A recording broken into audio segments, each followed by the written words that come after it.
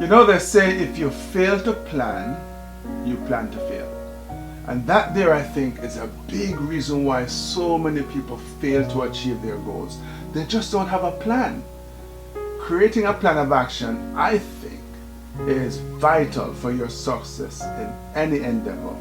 Without it, it becomes so easy to lose focus and become overwhelmed by the complexity of the task or the project. A plan keeps you focused. It provides a sense of direction and purpose, which is crucial for maintaining motivation and momentum towards your goals.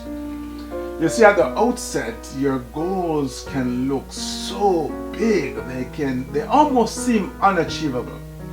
A well-crafted plan of action, though, allows you to break them down into smaller tasks that, quite frankly, may still be a stretch for you, but at least they're manageable.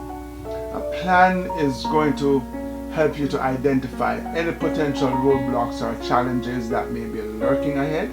And sure, some things are going to go wrong. I promise you that. Mike Tyson, I think, said it best when he says, everybody has a plan until they get hit in the face. Yes, life is going to throw some punches that may leave you dazed, but having a plan in place is definitely going to help you to develop strategies to overcome those challenges and get back on track.